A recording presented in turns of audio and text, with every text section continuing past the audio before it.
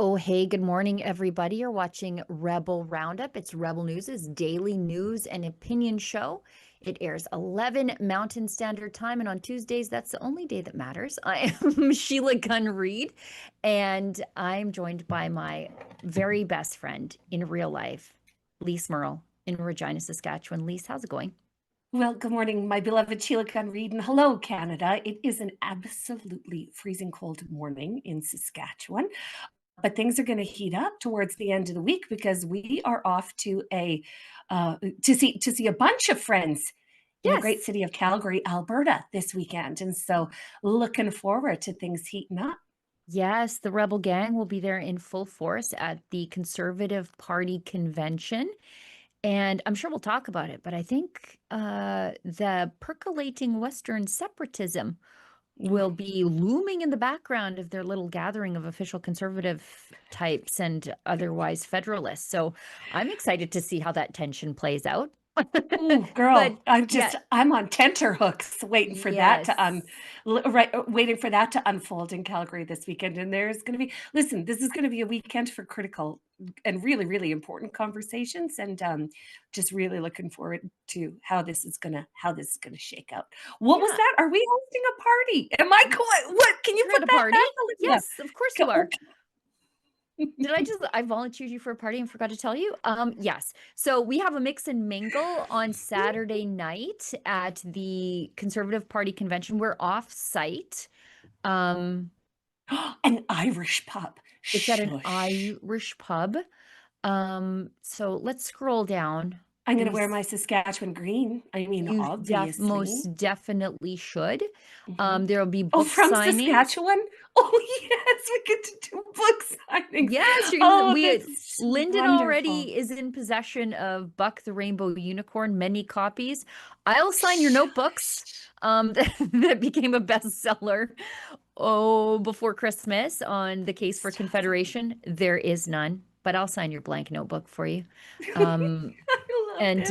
we'll have I Tamara Leach there too with us. So, Oh, remind you me guys, again where it's at. Can we scroll down and let people know how they can get tickets? that's at the James Joyce Joyce Irish Irish Pub. Pub. Yeah, James Yep. Joyce Irish Pub, 7 to 10. We better Okay. rest up. We better go to bed early the night before, Lise, Girl, we like right? 9 o'clock, because we got to come ready to this Yeah, event. yeah, This is we where do. all people are going to be. Imagine my delight just thinking I was just going to start the show, and then I find out that there are these magnificent plans happening in the background. Yes, I couldn't be happier. yes. So you can, Olivia, remind me what the ticket URL is. And I should know this because I think I did the promo video for it. But oh yeah, meettherebels.com is where it's at. Thank you. That's a fun Mm. URL, Meet the Rebels. So yeah, it'll be myself, Lise, who has been caught off guard, but also pleasantly surprised, Tamara Leach, and Ezra and Sid and Angelica. Man alive, I need a new headshot. Mm. But anyways, we'll all be We there. need Agreed. We need new headshots, We Sheila should do Gunn that. Reid. Like, we We should do that then. desperately do. Ooh, Calgary photographers, like, hit us Sid up. is there. Sid's there. He can do it for us. I just have to Glamour corner him on it. shots? Yeah. We're gonna make Sid our glamour shot photographer. Okay, deal. We need Deal. Get ready, awkward Sid. Sears photos for the thumbnails for the live stream, Without question. without question. Now that that's out of the way, I'll tell everybody what they're doing and how they can get involved in the show. I'm a little more prepared for the show than I normally am. So we'll see how that goes. Although, will you be able to tell? I don't know. What was that? Anywho, so if you are watching us on Rumble, that's a great free speech platform. If you want to get involved in the show, have your say, and support the work that we do around here, because as you know, we'll never take a penny from any level of government to bring you news on any level of government. We rely on your support. So if you want to leave a Rumble rant, that's our paid chat. If it's over the $5 US cutoff, it's mandatory. I'll read it on air. If it's under that, we do our best, time permitting, and you regular viewers know we always do our best, time permitting. And if you are watching us on YouTube, which remains a censorship platform, so we have to sort of be careful and do the prairie chicken mating dance of thumping our chests and walking this way and that way to avoid, getting in trouble with them. But if you want to support us over there. It's called a super chat. Same rules apply if you miss the live version of the show, but you are, of course, moved by the Holy Spirit to support the little network that could. You can leave a paid comment called a super thanks, and every little bit helps, I promise you. And boy, do we ever stretch a buck around here. It's not like the CBC. So you can tell Lise and I don't have makeup people like they have for Rosie Barton. You can tell. Who needs them? Who needs them? I say. Do my own makeup. Thanks so much. Yeah. If you can call that what I do, that. Yeah, I do. You do. It's fine. We don't need a whole staff to do this. And the crazy thing is, neither does the CBC. Right. Yeah. Completely unwatchable. 100%. Before we move on, I just want to address a couple of emails that we got last week. Oh. Some of you wrote in, and a lot of you write in to say that I'm a crackpot, and that's okay. Some of you write in to say you hate my face, you don't like my hair, you don't like how whatever. That's fine. I'm not for everybody. But some of you did write in, a couple of you, to say that Lise and I were excessively mean to those horrible health bureaucrats and people who went on trips instead of feeding the homeless. So you were upset that we made fun of their appearance. But my problem is, if your job is to make sandwiches for the homeless, and then you're off gallivanting in Cairo, I will spare you no ire. I'm sorry. I don't respect you, and I will make fun of you. I'm sorry. Sorry about those terrible, awful, accurate things we said about those people. Yeah.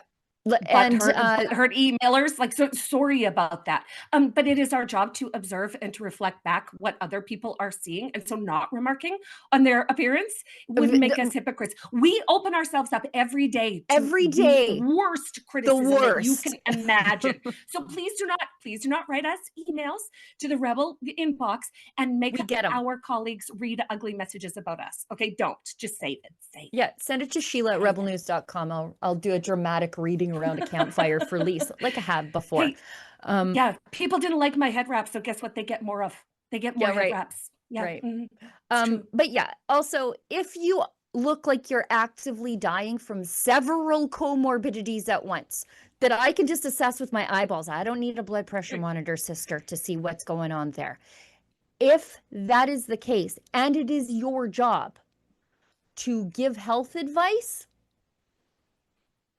of course I'm going to comment. Of course I'm going to comment. And look, I know I'm not for everybody. I, to use a phrase that one of our colleagues thinks is hilarious when I use it, I'm no screaming hell, okay? I'm not winning any beauty pageants, but I'm also not giving you beauty advice. You know what I mean? I'm not paid by the state to give you beauty advice. You're just going to get my honest, unfiltered opinion, which is what I am paid for. See, that's what I'm paid for. Yeah. Okay. So thanks for that. But yeah, if you look like a beached sea turtle and you are telling people how to live healthier, I think it behooves me to notice the obvious. I think you would think that I was being insincere if I just was like, I don't see the obvious before me. Right. Yep. No, it's one of my favorite things to hear about from our Rebel viewers is how what we say makes them feel normal. Right. Like that is the biggest compliment that you could pay us, Rebel fam, is when we see things and then we say the things that you're thinking. Like, you're welcome, guys. It is our pleasure. Yeah. We're going to do a lot more of it. Yeah. Like, look however you want, eat however you want. I don't care. But if it is your job paid by the state to tell people how to do those things, you should be doing them yourself. And I'm going to point that out. It's you know what? We should always make fun of hypocrites. Always. Never, ever stop making fun Never, ever not make fun of hypocrites. It's such a great way to live, truly. Like the best revenge is living well. And this is part of it. Making fun of these losers. Exactly. Like, go on, sell your soul. Sell your soul. We'll point it out and laugh at you. Sucker. Yeah. Okay, let's go into Mark Carney. So Mark Carney has been going back and forth with what happened to him over the last 10 days. Ever since the Scott Moe hostage video. Yes. Right? It will forever be known as the Scott Moe hostage video when Carney goes, new world order. Scott Moe gets whiplash. I'm surprised he didn't come back from China in a neck brace. To be completely honest, I am shocked. Yeah. So ever since that, and then the deal with China, Carney has been absolutely schizophrenic. We had a deal with China. We're moving forward. We have to band together us middle powers Yes. to fight the Americans for some reason. I don't know why we're fighting them at all. No one has explained that to me quite yet. But so then when Trump said, okay, well, great, you're getting 100% tariffs, Carney's like, Ooh. I didn't have a deal with China. Where, Did where you? on earth would you guys get that impression? What led you to have that idea? Well, you Right. said it. I mean, you said it. Yes. You had a big press conference and you nearly threw your shoulder out, patting yourself on the back for Right. getting that deal with the Chinese. Then you came back with amnesia. What is happening? What they're actually doing is getting a taste of their own medicine because what they're saying about Trump is that Trump is so unpredictable that they must make these moves now to open new trade markets.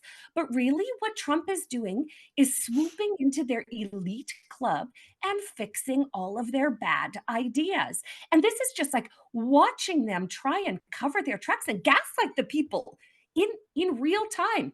Dominic LeBlanc has to go back to the United States, hat in hand, and say, "We really didn't mean that. What we said about China, it really wasn't what We you didn't thought really we mean, said."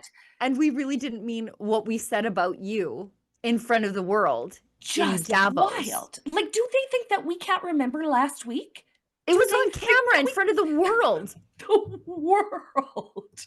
But this is what they do in Davos. They travel to Davos to lie to their friends to try and compel their elitist, globalist friends to latch onto their new ideas that are going to siphon money out of taxpayer pockets and are going to cost us a great deal just a great deal more to just exist in the world. They lie when they're there. And now Mark Carney has to try and cover it up. I Well, mean, typical. and I don't know if maybe we can show, I think it was on Hannity, where they said that Carney, after Trump threatened 100% tariffs, Carney was like, that stuff I said about you in Davos, I'd like a mulligan. Like, sorry. It Sorry. didn't land quite right. Like, what did you think Trump was going to do? But anyway, Carney says he told Trump he meant what he said in Davos. But the Americans are reporting something much different. So Oh, are they ever? let's look at the Canadian version first. But to be absolutely clear, and I said this to the president, I meant what I said in Davos. It was clear, it was a broader set of issues, that Canada was the first country to understand the change in U.S. trade policy that he had initiated, and we're responding to that. We're responding positively by building partnerships abroad. We're responding positively by building at home, and we're prepared to respond positively by building that new relationship through CUSMA. He understood that, and it was a good conversation, as I say. So you didn't walk out. Okay. He meant what he said in Davos. Is that why he tucked tail and ran out of there before he could defend what he said to President Trump in person? Never met with You him. know what? It's real easy to talk tough. It's real easy to talk tough about Trump when he's not able to respond in person. And that's exactly what Carney did. Like, I'm thinking of a word that I can't say on TV, but what a coward. And what a liar, by the way. What a duplicitous man. Yes. Because this is what the Americans are reporting, and I'm more inclined to believe them. So am I having a stroke?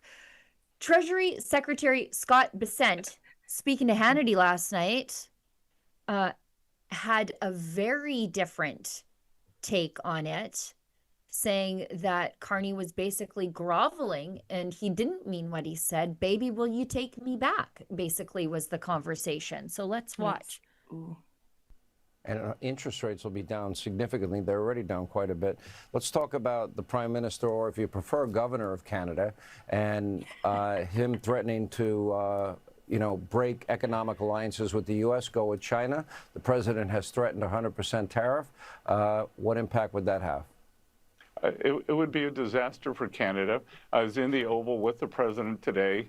He spoke to Prime Minister Carney, who was very aggressively walking back some of the unfortunate remarks he made at Davos. And Sean, I'm not sure what the Prime Minister was thinking. Of course, Canada depends on the U.S. There's much more north-south trade than there could ever be east-west trade. He talks about middle countries having to do their own thing.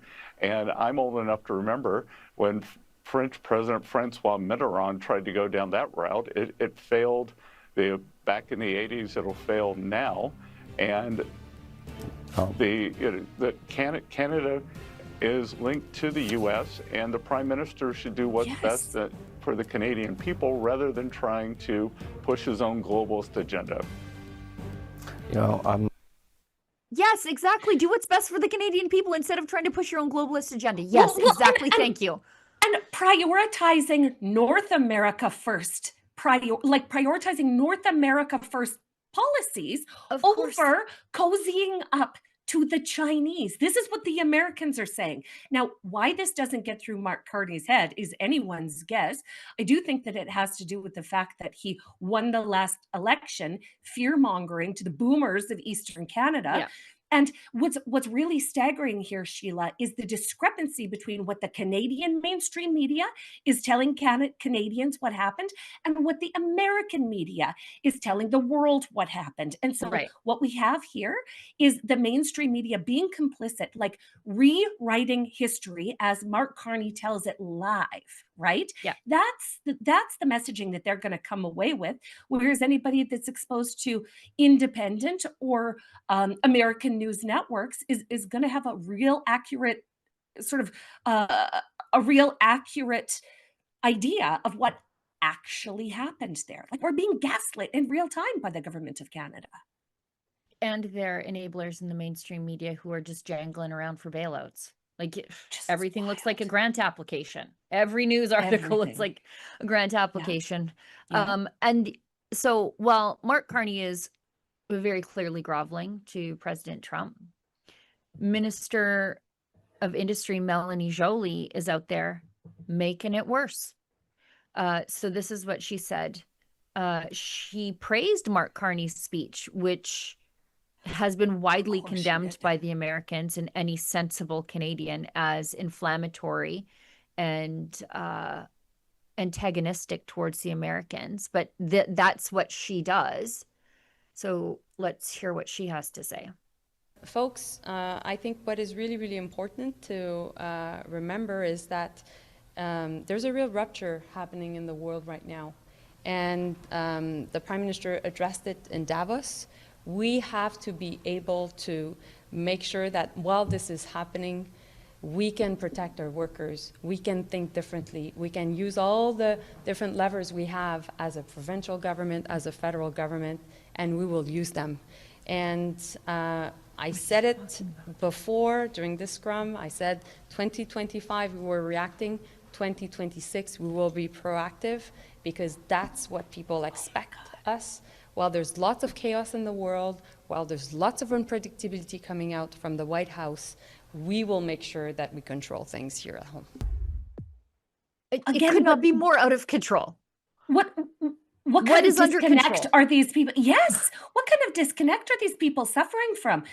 So that they could not see that the problems we are actually suffering from in Canada right now are their doing. Like, absolutely incapable of any self-awareness.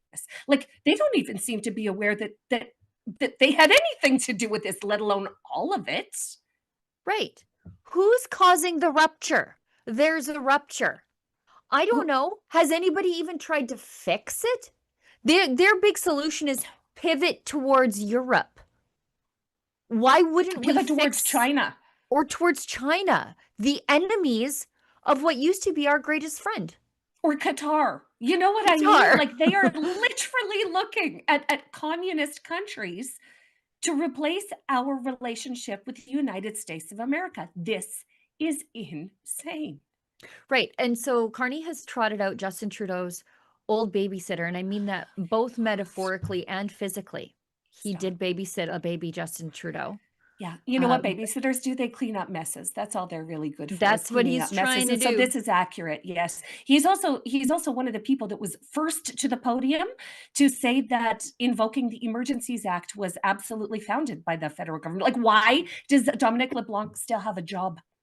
Why isn't he being charged? Right.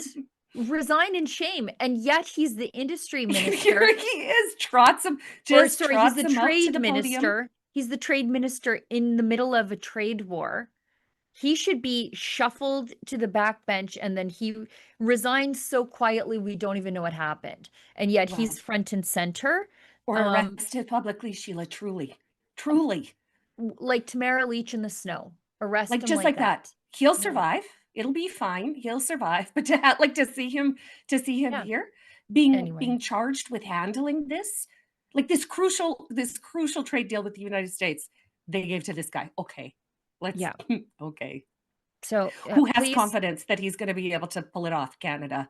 Who has confidence in this guy? Everything they do makes it worse. Could we try somebody new, please, at the podium? But anyway, this is Dominic LeBlanc, Justin Trudeau's former babysitter when he was a baby, but also when he was prime minister. And he apparently had a good tete-a-tete chit-chat with trade ambassador Jameson Greer. Yeah.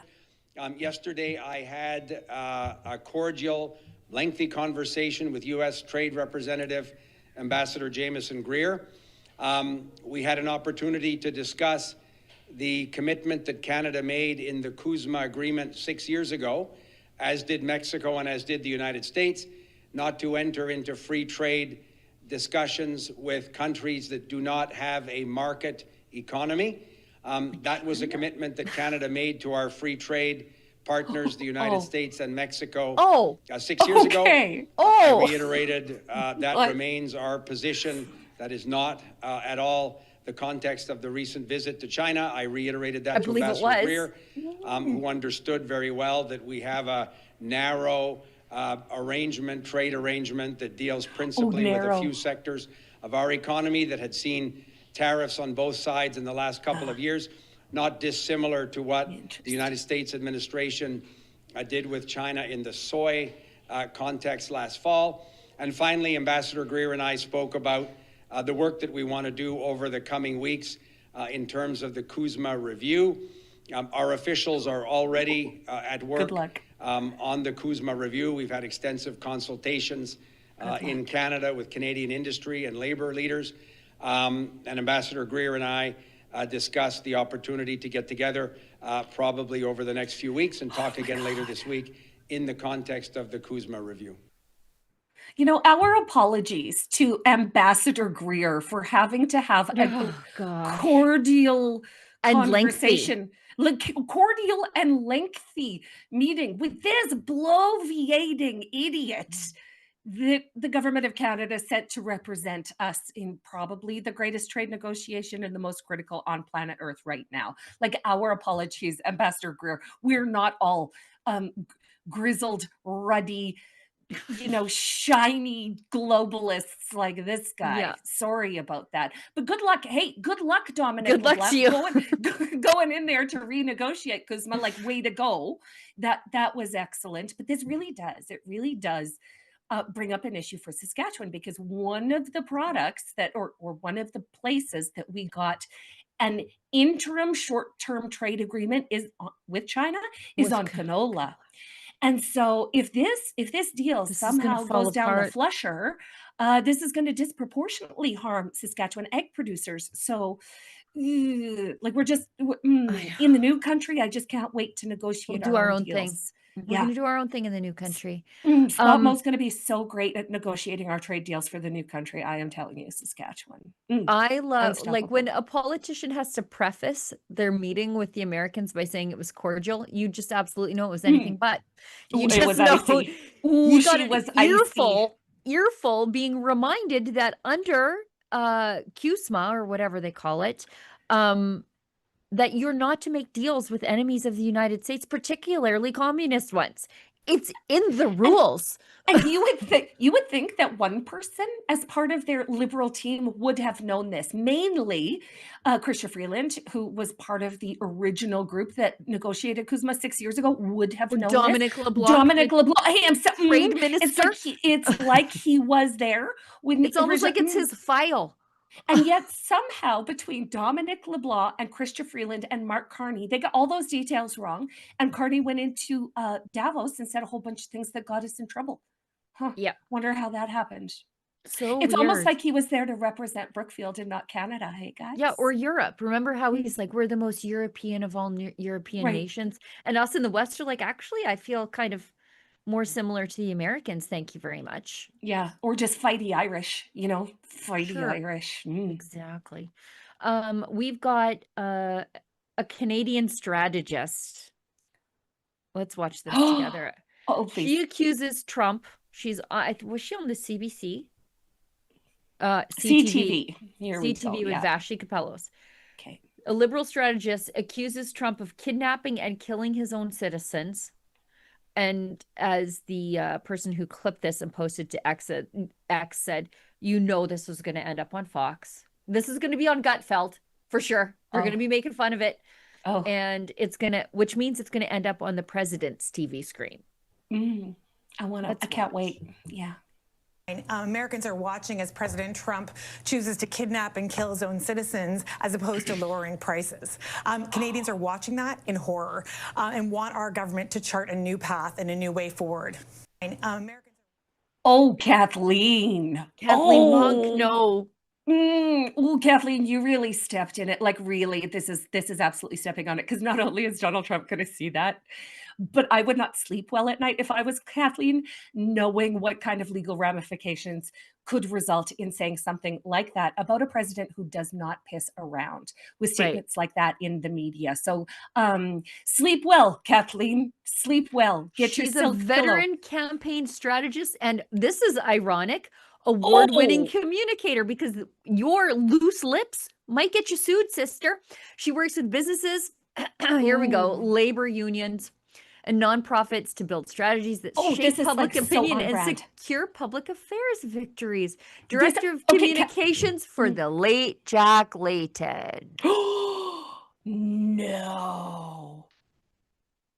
Kathleen, right? I'm surprised by none of that, actually. This is the kind of language that absolutely poisons relations. As we are tiptoeing into a negotiation with the United States of America, do we want strategists for labor unions, the former rolling like a rotisserie chicken in his grave, Jack Layton? Do we want their reps being on television saying things like this, or do we want to stay out of American affairs, especially while they are so hot? You know what I mean? This woman, I can almost tell she's new at live media where you can't walk statements like that back. She is going to have a rough couple days, that Kathleen. The NDP are really invested in whatever's happening in Minnesota. And it's so funny because it's their dream scenario. Yeah. If the American administration simply, like any official type in the administration, basically says, well, maybe we think Alberta's getting a raw deal and it's up for them to decide what goes forward. They're like, that's foreign interference. The people who are like, turned a blind eye to Han Dong bussing in a bunch of Chinese 15-year-olds to vote in his nomination are worried that if somebody, sends a drink our way in a bar, politically speaking, between the two countries, they get all upset and call it foreign interference. Yes. But these NDPers can't shut up about Minnesota. Well, because they don't want to acknowledge that their same ideologies have created Minnesota. Minnesota has been a dumpster fire. So, pre George Floyd's death, Minnesota has been a tinderbox for social issues bubbling over. And so what we're seeing happen in Minnesota is exactly what the entire nation of the United States would have got had they elected Kamala Harris and Tim Walz. What we're seeing in Minnesota is a state that is devolving because of absolutely weak democratic rule. especially since George Floyd's death, where they took a very community-minded approach to policing. So this is why we're seeing standoffs between federal officers and local law enforcement, is because Democrats have created such a cleave. And this is what we are telling this is what our boomers are hearing. This is like, I'm most worried because this is the messaging that the boomers are hearing. The boomers heard you, Kathleen. You must be more responsible for your words. Yeah, Minnesota has been a mess since after Jesse Ventura was governor, like 1999 to I 2003. love Jesse. I still love Jesse Ventura. Okay, I still love him. He wanted to be a benevolent ruler. Okay, that was his dream. Benevolent ruler. Keep a lid on it. Law and order, justice for everybody, and then nobody got him. It's just all downhill from here. Yeah. Yep. Jesse the Body Ventura. Mm. Okay, but we've got Wob Canoe. Wob Canoe's been saying a lot of things about Minnesota, and I think it is deeply unhelpful because people are quite literally dying at your frozen border between Manitoba and Minnesota. And if you care about people, you should care about the immigration enforcement that's happening in Minnesota, because those people are going to end up freezing to death at your border. So let the Americans deal with it. Mind your own business. Also, Winnipeg is a hellhole. Please deal with that first. You don't have a lot to say about anybody, right? He said, I'm sure we'll get a trade deal with the Americans, blah, blah, blah, but killing innocent people is wrong. Wob, what happened? I'd like to tell Wob Canoe that he just got a ticket for not staying in his lane. This helps nothing. These kind of comments help nothing in these kind of situations. Okay, let's watch him. Let's watch. Ugh, Mr. his Trump, face. Stop killing American citizens. The idea of trying to protect Americans from the bad parts of immigration by killing American citizens doesn't make any sense.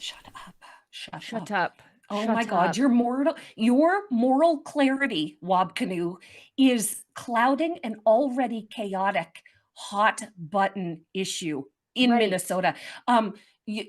Standing against radical agendas that resulted in this happening is more important than ever. And here goes Wob Canoe just like waving a flag for those radical agendas. Yeah. Just Google Winnipeg crime when you've got a second. And yet, and it's just a mess. Like, it's just a mess. It's a dumpster fire of a city. It's an absolute gross dumpster fire. It doesn't have to be that way. But we've got Wob Canoe. He's would more overlook all of that. Yeah. We don't even know what fully happened there. Let the investigation unfold before you accuse President Trump of being a murderer. Like going down there and pulling the gun, like pulling the trigger himself. Assuming there are 8 million little levels of context that Wob Canoe is missing in this matter before making his statements was irresponsible, I think. It's irresponsible. Yeah. That's the NDP for you. It's the Shouldn't be NDP surprised. for you. And then there's Elizabeth May. My good gracious. She says that she wants Canada to participate in the new world order. Okay. Let's watch. I want Canada to step up and participate in saying, what does the new world order look like? And it's foundationally the United Nations Charter, and it's foundationally respect for human rights, and working with other democracies and not deciding that we'll jettison human rights in exchange for trade deals. I want. Like trade deals with like China? Right. Elizabeth May just surrendered the Green Party to the globalist agenda there, but no big deal. Like no big deal. Just as long as it serves Elizabeth May's purpose as she gets in front of those podiums to embarrass herself all the time. Elizabeth May is a prime example of how you only need a handful of people to become the successful leader of an internet cult. Right? Just a committed few soldiers. Yeah, you don't need a ton of people to be the leader of an internet cult at all. No. And that's what she appears to be. Suggesting that we should trade our Canadian sovereignty to a bunch of unelected elites is a bad look, Elizabeth May. Just is. Why is she wearing prison stripes, by the way? Show me again. I didn't. Notice her Sorry, I again. didn't remark it. I Sorry, I noticed want to see. again. I will reiterate. I'm no I wanna- screaming hell, okay? I'm no fashion plate. This is a shirt from the company, and I got cold, so I put on this. So, but like, Can we first just of look at all, Elizabeth yeah. May one more? Oh yeah. Ooh. Oh, what has she got on her? What is she? That looks like a Saskatchewan flag and a Canadian flag I don't know what it is. on her pin, doesn't it? Looking. Oh, it's a Canadian- Ukraine flag. Sorry, excuse me. I just saw Of course the it is. yellow part. Of My course it bad, is. Canada. Of course it wasn't. It's Saskatchewan. Here comes my Saskatchewan bias just trotting out. Right, Of as course, if. Ukraine As flag. if. When was the last time Oh, she Elizabeth set May. foot in your beautiful province? Never. She- Let it be that way forever. Yeah, I'm sure it's been ages since she clopped a hoove in Regina, that's for sure. Okay, let's hit an ad break. If you want to send an email about that comment, that's fine. Take the time during the ad break. And we'll see you back on the other side. Gun bans make great distractions. Trudeau may be gone, but Carney has picked up his same We rhetoric. will quickly, and I mean quickly, reinvigorate the buyback of the Hunters, collectors, competitors, and defenders of tradition are still being targeted, while criminals run wild under Liberal policy. But we are fighting back. Join us, Canada's National Firearms Association, in defense of freedom. You like the hat? Me too. Same strong message about making Canada great again, but in a really cool color, black and gold. There's other colors available, and it's an all-Canadian site. So if you want to signal your tribe or trigger a Liberal, go to mcgahats.ca today. Calgary, if you're coming to the Conservative Party convention, or if you're like me and you like freedom and a cold drink, well, I think I have plans for you. On Saturday, January 31st at 7 p.m., Rebel News is taking over the James Joyce Irish Pub in downtown Calgary for a Rebel News mix and mingle. This is not going to be a panel discussion. There probably won't be a ton of speeches, although if there's a microphone in Ezra Levant, maybe I'm making promises that I can't keep. But really, this is going to be a night to relax, talk politics, swap war stories, and actually meet the people the legacy media loves to hate. You know what that means. Ezra Levant will be there. I'll be there too. So will Convoy superstar Tamara Leach, acclaimed children's author Lise Merle will be in from Saskatchewan, and of course our Calgary team, Angelica Toy and Sid Fizard. And hopefully, all of you will be there too. We've got complimentary snacks, a cash bar, photos, laughs, and real conversations with Conservatives from all across the country and here at home. Whether you're a longtime Rebel supporter or a Conservative Party member looking to escape the tediousness of the convention, or you're just from Calgary and looking for some fellowship with some fellow travelers in the Conservative movement, this is the place. Space is limited because tickets are affordable, and this is our way of saying thank you to the people who actually make independent journalism possible. For tickets, go to rebelnews.com/events. Again, Saturday, January 31st, 7 p.m., James Joyce Irish Pub in Calgary. Grab your tickets now, and I'll see you there. For Rebel News, I'm Sheila Gunn Reid. Look at that. We have an event to go to. Yeah, surprise. Can't wait. We've got Christina Tesser-Dirksen. She is the member of Parliament for Milton Halton Hills South, and she thinks that we can't read legislation.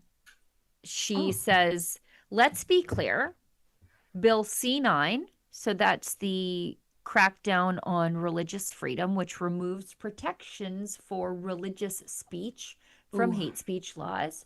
She says it won't restrict your charter right to peaceful protest. Well, I wonder if you were praying across the street from an abortion clinic as a nun, if that would happen to you, because it's already happened in this horrible country. She says it won't restrict your charter right to peaceful protest, and she's coming to defend your rights to peaceful protest. Okay. Okay, Sure you sister. are. Okay. Sure. Okay, that's cute. Let's listen. I've been getting a lot of questions from people in the community concerned about whether Bill C9, our hate crimes legislation, will restrict their right to protest. Let me be very clear. That's how you know she's going to The lie. right to protest is protected under the Canadian Charter of Rights and Freedoms. Freedom Liar of alert. expression, freedom of assembly, and freedom of religion are fundamental rights in Canada. This bill cannot and will not change that. This bill rather aims to address types of intimidation that fall outside existing laws, especially when hate is targeted at specific communities such as faith groups. The threshold for what is considered hateful is already legally defined, and it is extremely high. It's not about being loud, disruptive, unpopular. It's not even about being offensive. This hate crimes bill applies to conduct that is threatening, targeted, and is intended to intimidate people simply because of who they are. I will always defend Canadians' rights to protest and speak out. This legislation does not affect your ability to advocate for yourself or your beliefs or your ability to protest the actions of government, domestic or foreign. Instead, it holds accountable those who seek to incite hate, which will, in turn, contribute to keeping our communities safe. No one believes you. Your pants are on fire, lady. Oh, I mean, it is the most obvious piece of gaslighting I've ever heard, because we know that bills like this act as a Trojan horse, okay? What the Liberals say and what they actually do are two totally different things. And what they're saying is your freedom of expression is not going to be impacted. Your freedom to protest is not going to be impacted. We already know that they're willing to violate those things to advance their agenda. Like, who is buying this baloney from the Liberals? Who is buying it? They're liars. I don't want to hear it from the people who 4 judges have said illegally violated the rights of Canadians by invoking the Emergencies Act to render illegal their right to protest the government or be annoying or be unpopular. So I don't believe her. I don't trust her. And she gave away the whole thing there when she said hate speech is already legally defined in other pieces of legislation. Right. Okay, so why do you need this one? Right. Why the extra? Because it isn't what it seems. They are going to slide it in, okay, thinking that nobody is because looking. it removes the hate speech restrictions for sincerely held religious beliefs. So Catholic orthodoxy on gender would run afoul of this. Right. Hate speech. And those are charges like we've seen, or those are charges like we've seen in the UK. See, tens of thousands of people have been arrested, have had, the judicial system and police resources wasted getting prosecuted for hate, for thought crimes on the internet. This is what's coming towards us. So but I appreciate the moment of clarity at the very beginning of her piece where she said, I've been getting a lot of questions. I bet you have. I hope you continue getting them. When a politician says, let me be clear, it's like when Dominic LeBlanc said he had a cordial conversation. Nothing coming after that is going to be honest or clear. Disregard everything they say after that, because it is a lie. They are misleading you. It's like when somebody says, I believe in free speech, but, well, then you don't. Or when Mark Carney starts a sentence with the word look. When he says that, there's a lie coming up right after. Yep. It's an easy tell. Yep. We've got good news out of Coots. Protester Tony Olenek, he was granted bail pending the results of his appeal. I'm sending him a care package. I am sending him a care package later this afternoon. Tony. Okay, let's scroll down. I sat in on some of his hearing. So he spent 4 years behind bars. One of the men convicted of mischief and firearms violations in connection with the 2022 Coots Alberta border blockade is being released from prison. Now he's not being found innocent, and he could go straight back to jail. And let's make sure that he doesn't violate his conditions while he's out on bail. Yes. Because he's being released pending an appeal. So he was sentenced in September of 2024. For his role in the protests that blocked the traffic at the Canada-U.S. border crossing. He was found guilty alongside another man, Chris Carbert, after the RCMP found them in possession of guns, ammunition, and body armor that was stashed inside trailers set up at the blockade.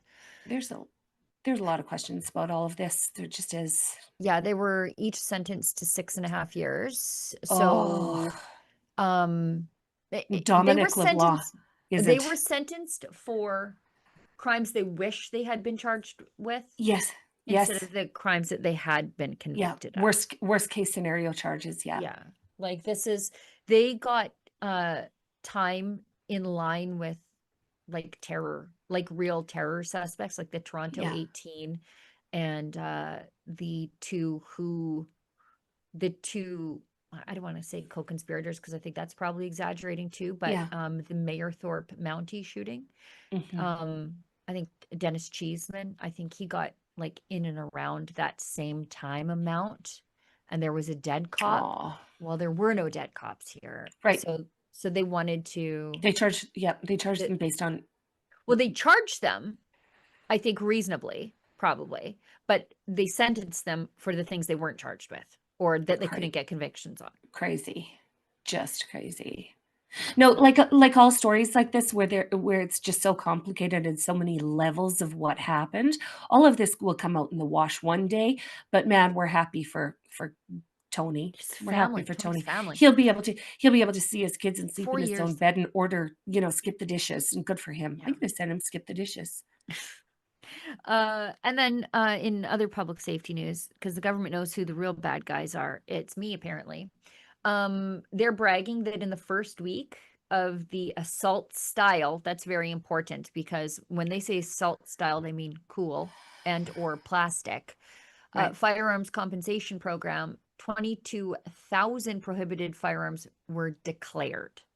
This Doesn't mean feels like they a lot. have them yet. Yeah, that feels like a real big number. Yeah, but it's not really because I think Tracy Wilson put it in of the CCFR, put it into context. Yeah. Like this is a drop in the bucket. These are people who are hard up for money. They're worried that they're not going to get the compensation. This is widows, people Right, you have who to, ended up with these and who don't heirlooms. want them. Yeah, heirlooms that aren't gonna. Yeah, fair enough. Yeah, because she said we're looking at about a 1% compliance rate right now. Huh. So that's not a success. I wouldn't brag about that. But they want you to believe that like for the public safety minister who is an idiot who doesn't know anything about firearms or the amount of firearms out there or who has them for that matter. Right. For people who don't realize that by the numbers, sports shooting and hunting is the national pastime. There are more licensed firearms owners than people who participate in organized hockey. Yeah. But we don't like to talk about it. Why? Because you come and get our guns all the time. Right. So, yeah. So this to somebody in Toronto who doesn't know anything about firearms, you think, oh man, that's a great number. We're getting all these guns off the street. And I'm like, it's nothing. Yeah. It's nothing. Yeah. Show us that number compared to how many guns you took off criminals this week. Canada. Yeah. Like, let's just do a quick comparison to see if you're making a difference. Yeah. I When bet even the it's- crazy people in the NDP in Manitoba are like, we've got bigger fish to fry. Maybe listen. Like, and I think every single NDP leadership candidate. Right. And that's a crazy, crazy bunch, right? That's a crazy bunch. Yeah. But every single one has said this is a bad idea. When they are making sense. Right. Time to back away. What does the government of Canada do? Double down. Yeah. We're going to double down We're gonna on a get bad 'em. idea. We're going to spend even more billions of dollars on this bad idea. Yeah. Let's go to this Blacklock story about a predicted immigration threat. Can we bring that up? High immigration levels represented a significant source of threats. No, you don't Shush. say. What? Said CSIS in a confidential 1988 memo. So that's where the shoe drops, right? You're like, oh, this isn't this year. We knew about this like a generation and a bit ago. You're right. 30 years ago. Yeah, the people who were born this year have mortgages. That's how long this has been a problem. The censored 6-page document released through Access to Information identified 4 ethnic groups by name. What, do you want to guess? Ooh. Immigration quotas in 1988 totaled, oh my God, it was a better time, 161,000. The 2025 quota was 396,480, excluding 606,254 foreign students and 65,000 temporary foreign workers. And we're wondering why we're in a pickle. And we're wondering, remember when Canada used to be excellent in 1988? Just take me back. Just take me back. I want it. Take me there. Yeah. Can we bring that up again? Because, no, not that. I don't need to read the memo. I don't have my glasses on. Let's bring up the article, and I will put my glasses on so I'm not squinting at everybody. These are them.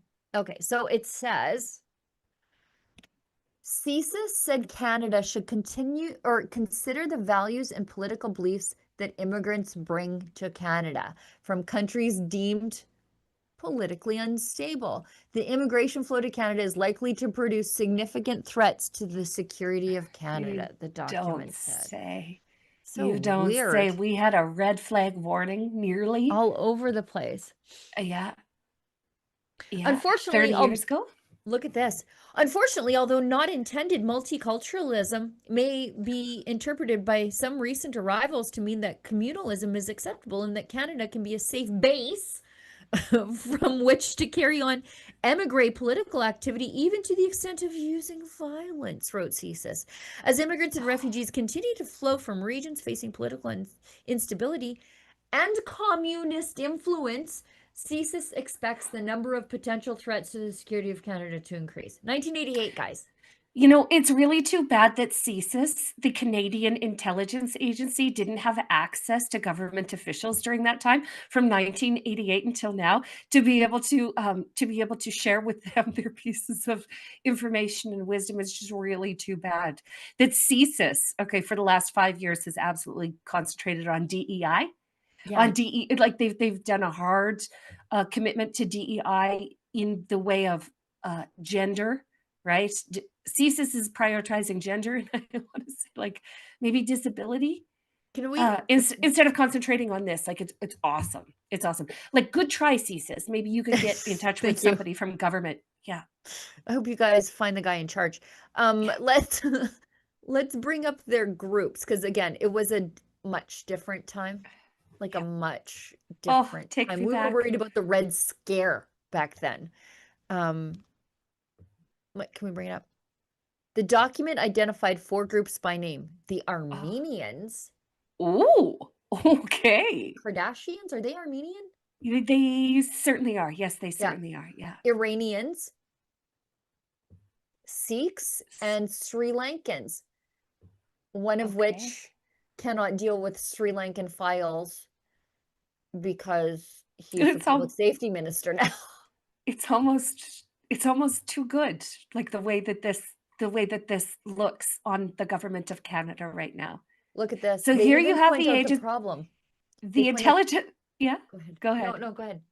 No, the intelligence agency that told them that that immigrants to Canada from Sri Lanka might be problematic is real funny looking forward, you know, zooming to 2026, knowing who our public safety minister is. And knowing why he can't touch Tamil Tiger files.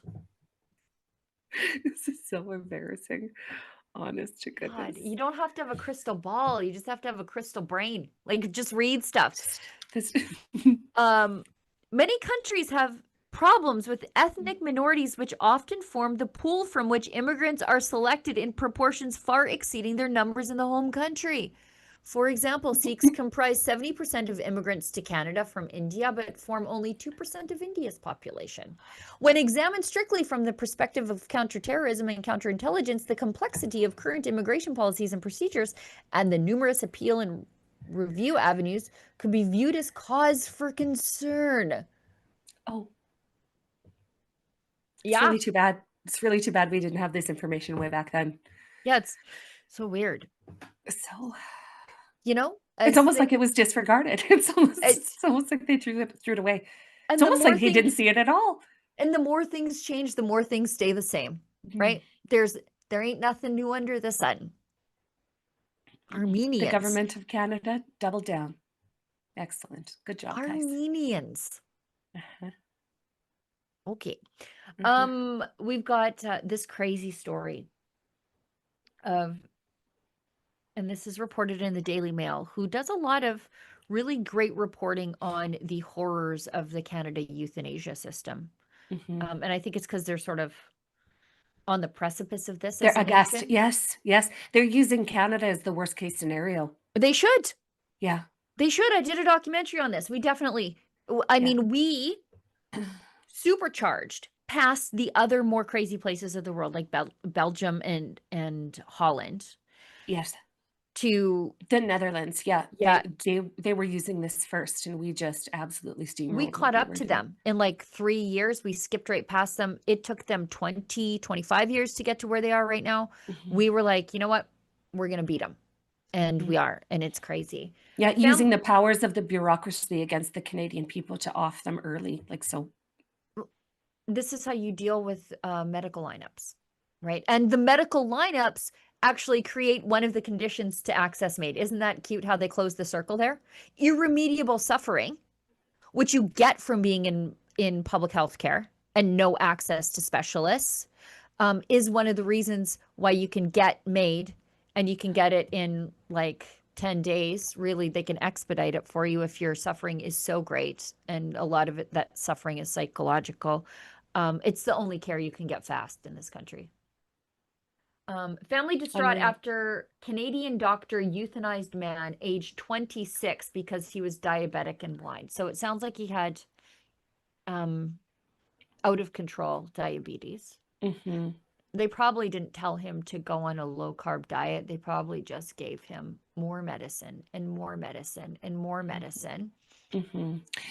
And this is a guy, you know, just like all of us would have come out of COVID, a pretty broken man. Then you add on top of this a terrible, and in his mind, mentally insurmountable idea of blindness. And then along comes the Canadian government. And make no mistake, there are blind people in Canada who live amazing lives. There are supports available to help people through a transition from being able to see to being blind. And the Canadian government took a really young man out. Yeah, it's one of our leading causes of death in this country. It's insane. Yeah. The people of England should be worried, and the people of America should be holding the feet of our federal government to the fire for doing this to the people of Canada. It's really unforgivable. It's really diabolical and evil what's happening here. Yeah. The mother did everything that she could. That was one of the worst parts of making that documentary. Was sitting with the helpless families. Like sometimes I have difficulty thinking about it, and like the girls in British Columbia who did everything to save their moms. You guys, if you again, just let me brag up the documentary Sheila Gunn Reid made the Dark Side of Canadian Made The Dark Side of Canadian Compassion is a film by Sheila Gunn Reid, who explored this early in the process and heard some of the most terrible stories. And you can't watch that film without it changing the way you think about government. Truly, it is that disturbing. And I made it so that people could understand what it was meant for and what it has become. Because I know there's a big spectrum of it. You can watch it at madedocumentary.com, but it's also on Tubi. Like, it's real accessible for you. It's so good, you guys. Like, it really changed the way I think. They're doing some really unforgivable things to the Canadian public. Like, really failing us in every way. And then traumatizing the people that we leave behind. And we talked to a broad spectrum of beliefs, like, and I lead with my chin on this. Everybody knows that I'm Catholic, and so I don't believe that people should be killing themselves. I don't believe the state should be helping them. I think we need to be pouring money into palliative care to make end of life care. And the crazy thing is, we live in a country that is so rich in natural resources that there is absolutely nothing stopping the government from unleashing our resources and giving Canadians the best quality of care imaginable. And instead of doing that, they handcuff us economically, and they say this is the only way out. They take the shot. They take money out of palliative care and put it into euthanasia. Did you know that? Wild. So that it gets worse for the people who want to stay in palliative care. Do you know that CUPE, right? This is the public sector union that does lots and lots of work within healthcare, is training death doulas. So you can usher your nana off to the other world, and they'll help you through the paperwork. Like insane things are happening in Canada. So thanks, Daily Mail. Thanks, Daily Mail, for paying attention. We appreciate you. In the documentary, we talked to people from all backgrounds, people like me. We talked to our friend Michelle Sterling from Friends of Science, who was with her brother early in the process. He had a fatal condition. She's very open about this. And the family was very involved. They knew that his death was coming. Yeah. And so that's what everybody thought this was for. Sure. But it quickly evolved into something else. And then we ended up talking to, the veterans who had been offered it, because it's easier than dealing with one of those bureaucratic losers down at the VAC. And then we talked to families who had been offered it, but were able to rescue their Grammy from it because they were active and involved. And I walked away from that thinking, what if she had nobody?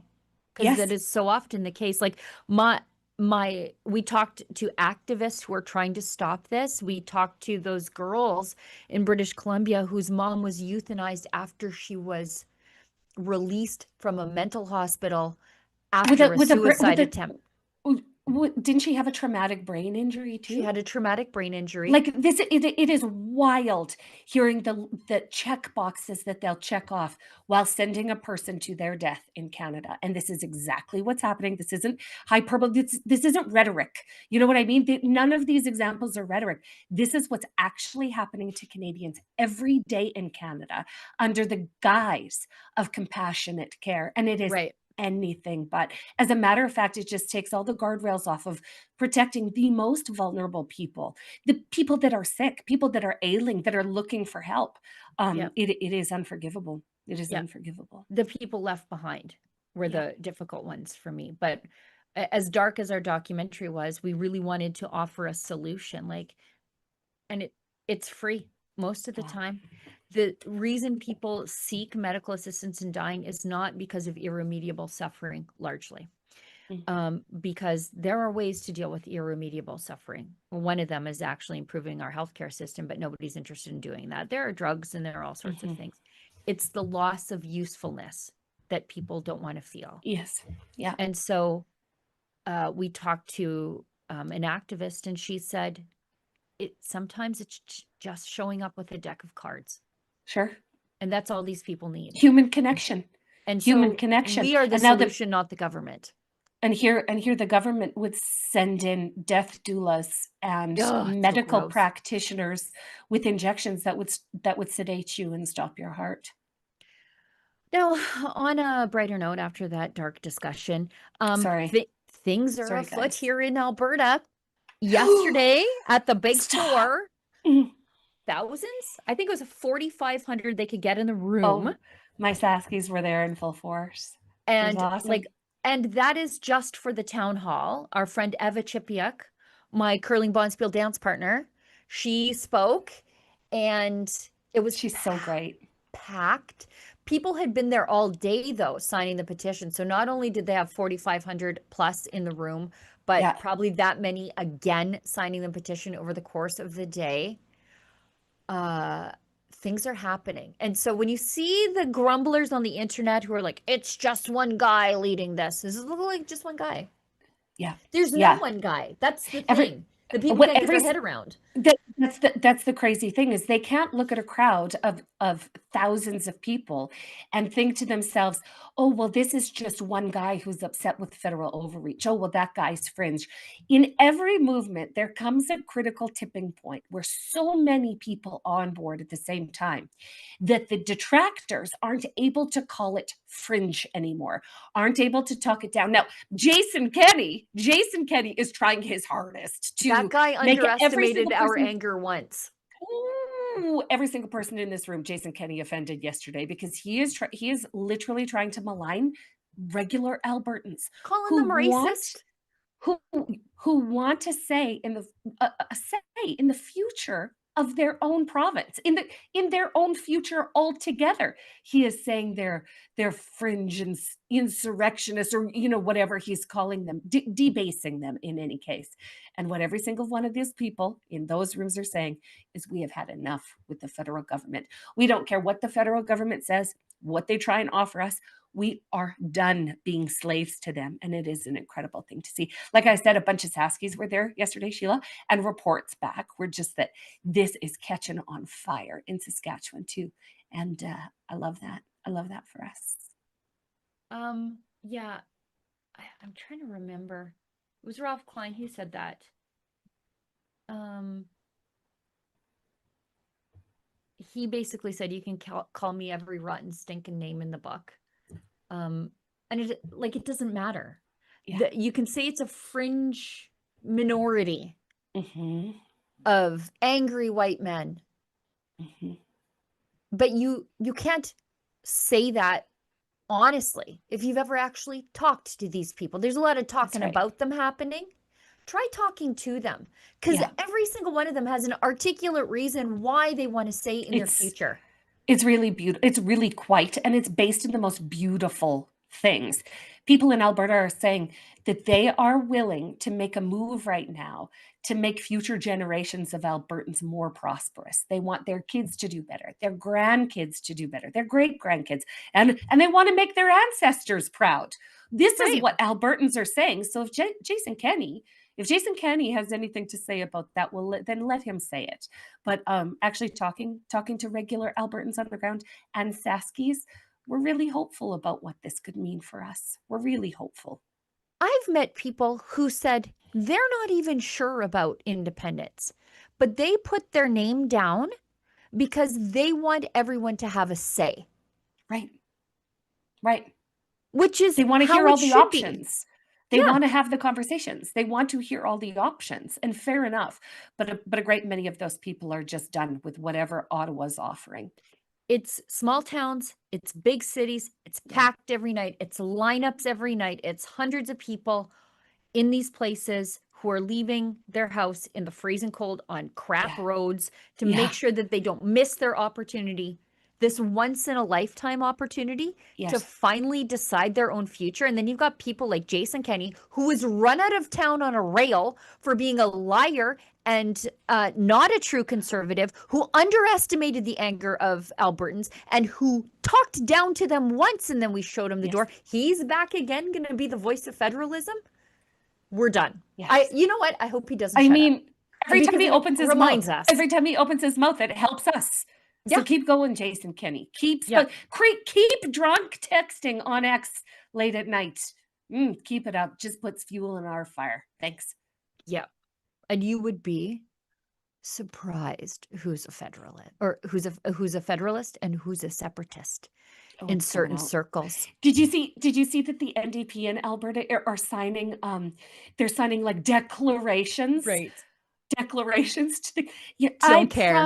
I promise that I will forever be Canadian and I will never, ever part from. Good. Thank you for identifying yourself. Now get out of the way. Thank you.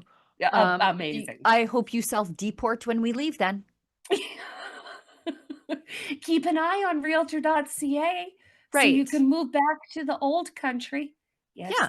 Go move to Winnipeg. Don't think about continue to vote for Wab Canoe.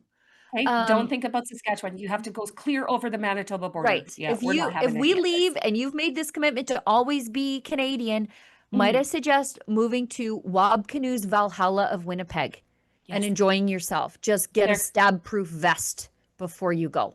Yeah. They're accepting new Karens, all of you, single file. New Karens. New Karens, day to day. We've got a bigger video coming out because Angelica and Sid were there at the Big Four last night. Were they good? And and so they've got a ton of streeters, again, doing the work that the mainstream media refuses to, but actually talking to the people. Talk to a separatist. They'll tell you why they are one. But so anyway, stay tuned. I know Sid's working on that video today. It should be a big one. He said he's got a lot of work to do on it. So it might be later on today or tomorrow morning.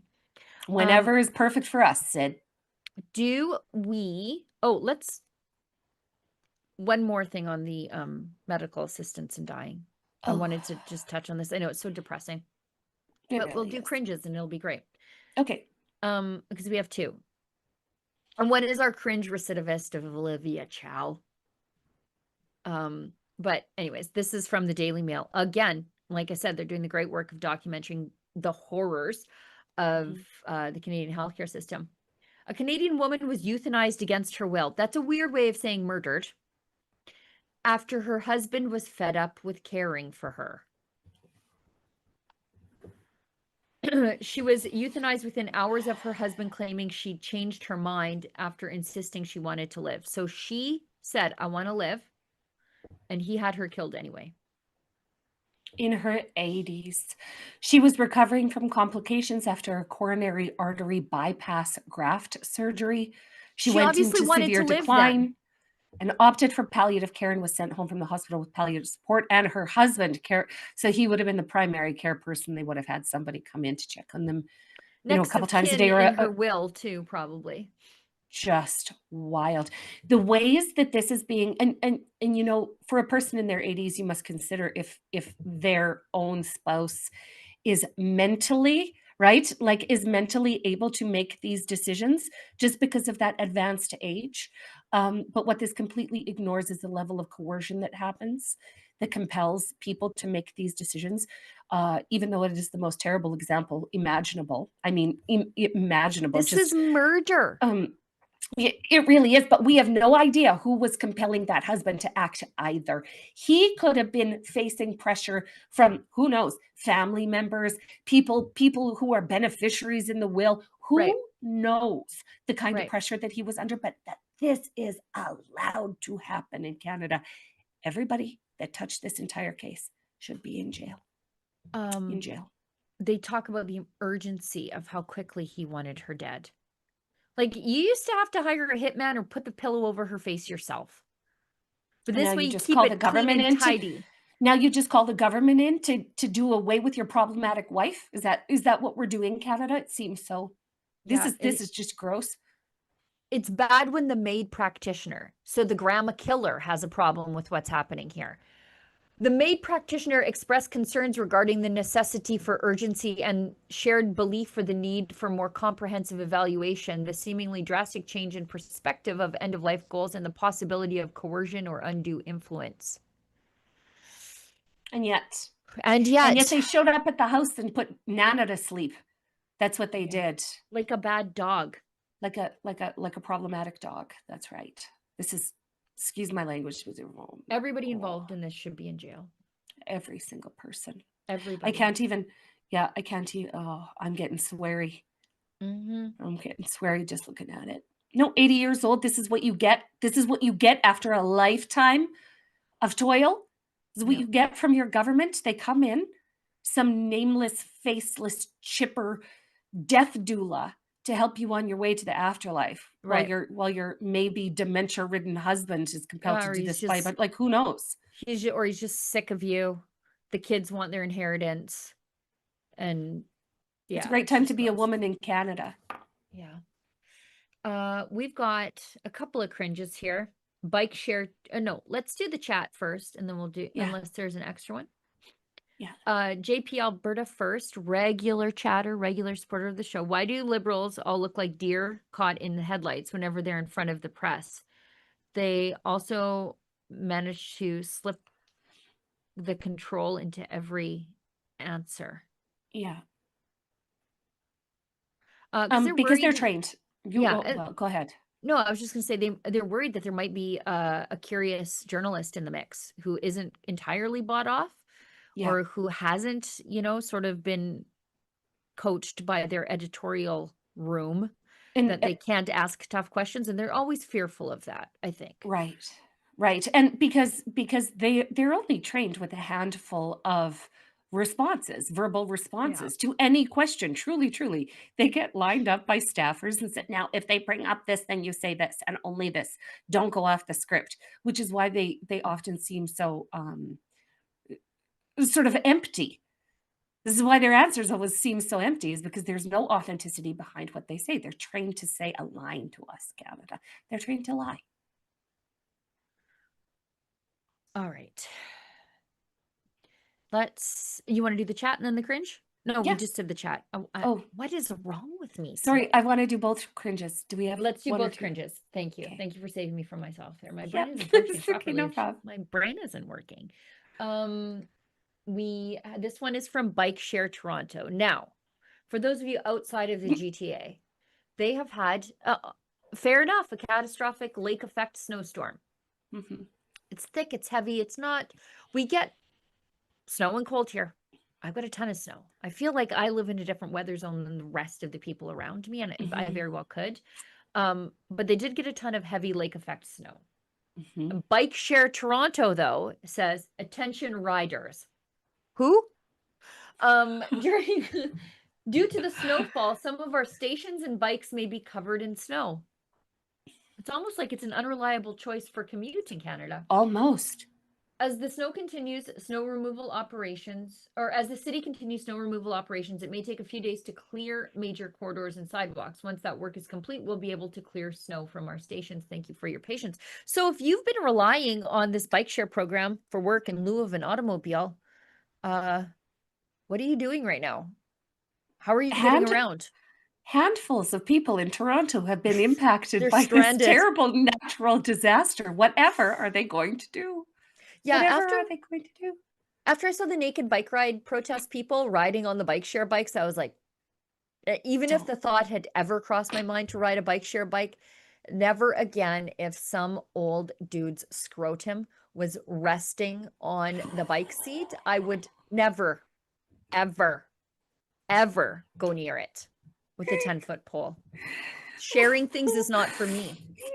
I'm a germaphobe and a prude in that way. And so when I saw that, I was like, never. Even if I get a wild hair and think, Sheila's going to ride a bike today in Toronto, I'm going to, when in Rome, do what the Romans do. I saw that naked man on the bike during the naked bike ride protest on the rental bike. And I was like, never. And that's it. And Sheila, do you remember back in the olden days what happened to that bike share proponent in Regina? Do you remember him? He was an anti-oil and gas campaigner. You guys listen to this. There was an anti-oil and gas campaigner in Regina, Saskatchewan, who was one of these bike share enthusiasts. And at the park, at Wascana Park, this is the park that the legislature is on in Saskatchewan. Okay, this guy is at a public event, and Sask Power is there, our local public power utility, and they have a bike. And on the bike is a light bulb. And the whole concept was, pedal to see how much power has to go into powering a light bulb. And there's a bike enthusiast gets. Oh my God, so funny. He gets on the stationary bike and immediately has a heart attack. And has to get laughing. He had to get taken to the hospital by a diesel ambulance. Okay, and then this is just what happened, and it couldn't have happened to a more special person. And this is just the story that I reference every time I hear about. This isn't it. This isn't the one. This is not the guy. No, he didn't die. We wouldn't be laughing if he died. No, he didn't. Excuse me. He survived. He's still everybody's pain in the butt. But that actually happened in Saskatchewan. Yeah, several he was years like, ago. Thanks for reminding me. It was, he was like, it was a big production too. I think it was at the mall or something. It was in Wascana Park, Sheila Gunn, right. Where you danced with Dancing Bob. Oh, where I danced with Dancing Bob. That's right. Yes. Yeah. Yes, I remember it was really public where reality came and mugged him. Had a heart attack in public while screaming that everybody should be on bikes. It was like, okay, friend, simmer down. Maybe we shouldn't all be on bikes. And aren't you glad that fossil fuels took you to the hospital and saved your life? Life-saving fossil fuels. Mm-hmm. Yep. Yep. Sorry. Okay. Thanks for letting me share that story, Canada. It still delights me after all these years. I know, and it shouldn't. I mean, but he was extraordinarily rude to us too, Sheila Gunn, because you and I were just mothers at home with little babies underfoot, like tweeting for fun. You know what I mean? Yeah. Like we were not doing this yet. No, certainly he was not. Viciously mean. And then mean. And then he was struck down. Bless his heart. He's doing better now, but I think he learned his lesson about being cocky to us. I think, yes. I think he will check himself before he wrecks himself next time. That's for sure. Yeah. Thanks for Thanks for reminding me of that. Just, No, I shouldn't be just laughing. I delights shouldn't be laughing. I'm not a good person in this way, but I do enjoy when bad things happen to bad people, and I realize it makes me a terrible Christian. I know. I struggle with it. Appropriate things happen to people who deserve them. And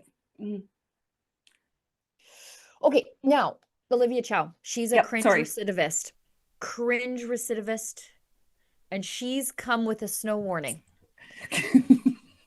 She's really worried about you guys. And based on the amount of snow she is predicting for you, you should be worried. This is like 2012, like end of the world level of snow. This is Ice Age overnight stuff. This is what Olivia Chow is saying? Yeah, I don't know how you're going to clear all this. I'm worried about everybody there. Let's listen. Some areas received up to 56 meters of snow. Some areas received up to 56 meters of snow. Send in the National Guard. 170 feet. I did the math. 170 feet of snow. We need to send in the military to help dig out Olivia Chow City. That is a lot of snow. 170 feet of snow. Thanks for doing the math on that, by the way. I did. I was really like, that is a lot. And then I'm like, times 3. Yeah, 170 feet of snow. I hope everybody's okay. Oh, I mean, just here's another example of Olivia Chow just being so disconnected from reality that it makes absolutely no sense. And yet the people of Toronto would be like, why? Yeah, she's really looking out for us. No Why wonder isn't the they National can't use Guard the being called? bikes. With all of that. It's gonna take more than a couple of days to get the bikes out, you guys. Oh, you guys, I'm crying my face off today, truly. Do we have another cringe? Oh, we do. Okay. I don't have anything to do till 12:30, so we can watch this one too. Okay. Mike Myers. You know Mike Myers with the washed up Canadian comedian. Elbows up. Wayne's World elbows up fool. Yeah. Yeah. I'm on team Dana Carvey. I think Dana Carvey was a COVID skeptic, if I recall correctly. So we know that Garth was the better one. Garth. Yeah, we're team Garth. But anyways, he was back on Saturday Night Live. Do people still watch that? What is he doing? What is he doing in a military uniform? He says he's honoring the Canadian military, which is, we always should. But he's only doing it for political reasons because he doesn't like Trump. Like, I think his patriotism is insofar as he doesn't like Trump. But why are you an American citizen then? I hope he's been taking Ukrainian lessons for when he gets shipped off first to defend the front lines in the conflict between Russia and Ukraine. Look at him. If you're wearing off that to uniform, Greenland, you better be doing something. Yeah, if you're wearing that uniform, you better be willing to do something with it. Look at this grifter, stolen valor. Stolen valor. This guy never served. He's been an actor his whole life. Well, and look, again, I repeat, we should always be honoring our military. Always, every single day. By pretending to be them? But we shouldn't pretend to be them, accolades? and we shouldn't be using our military as a political weapon in support of the Liberals against Trump. Absolutely not. Which is what he's doing there. He's doing it before an American audience too. So that's what he exactly what he's doing. Oh, he's standing up there getting wildly applauded by American audiences while pretending to be a member of the Canadian military, like with his gross bleach blonde hair. I think it's Mike Myers. White, maybe. I don't know. Mike, oh, that's bleached. It's gross. It's what some old men do to try and look relevant. It's gross. It is just so politically unnecessary. Again, antagonistic for no reason whatsoever. And I remain on Team Garth. I bet he has tampons in the pockets. Hey, Mike Myers. Yeah. Dab your eyes. Oh, the Americans are so sad. I bet you do.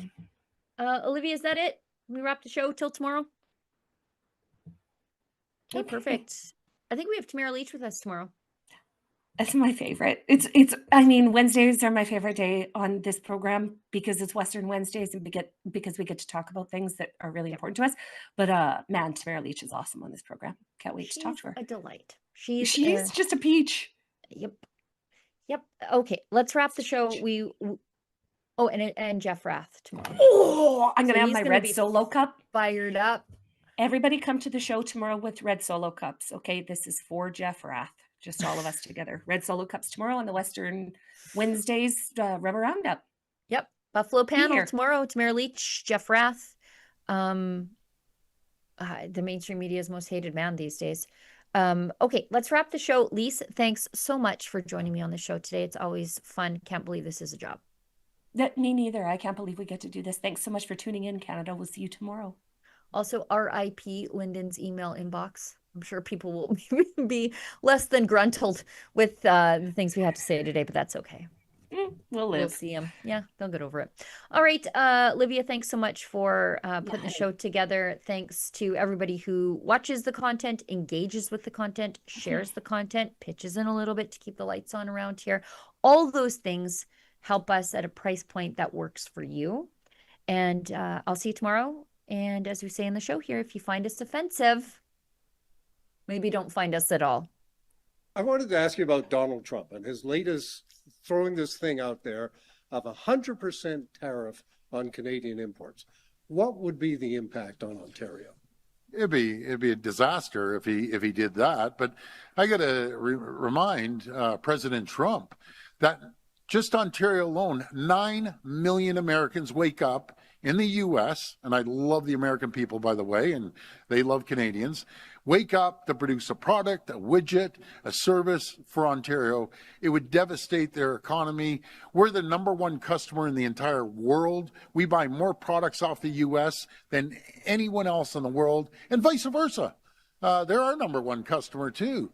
And I go back to, what Ronald Reagan said.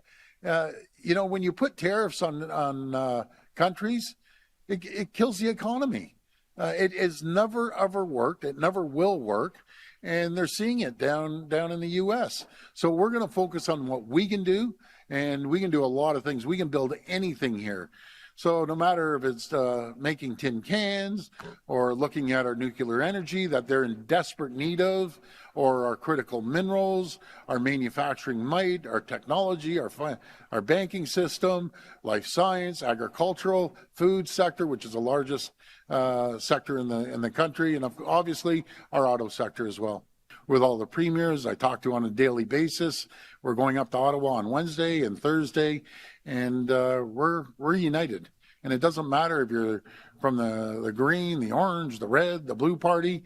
We're going to speak from one song sheet because we're under attack now by President Trump. And I'll fight tooth and nail to make sure that we protect everyone.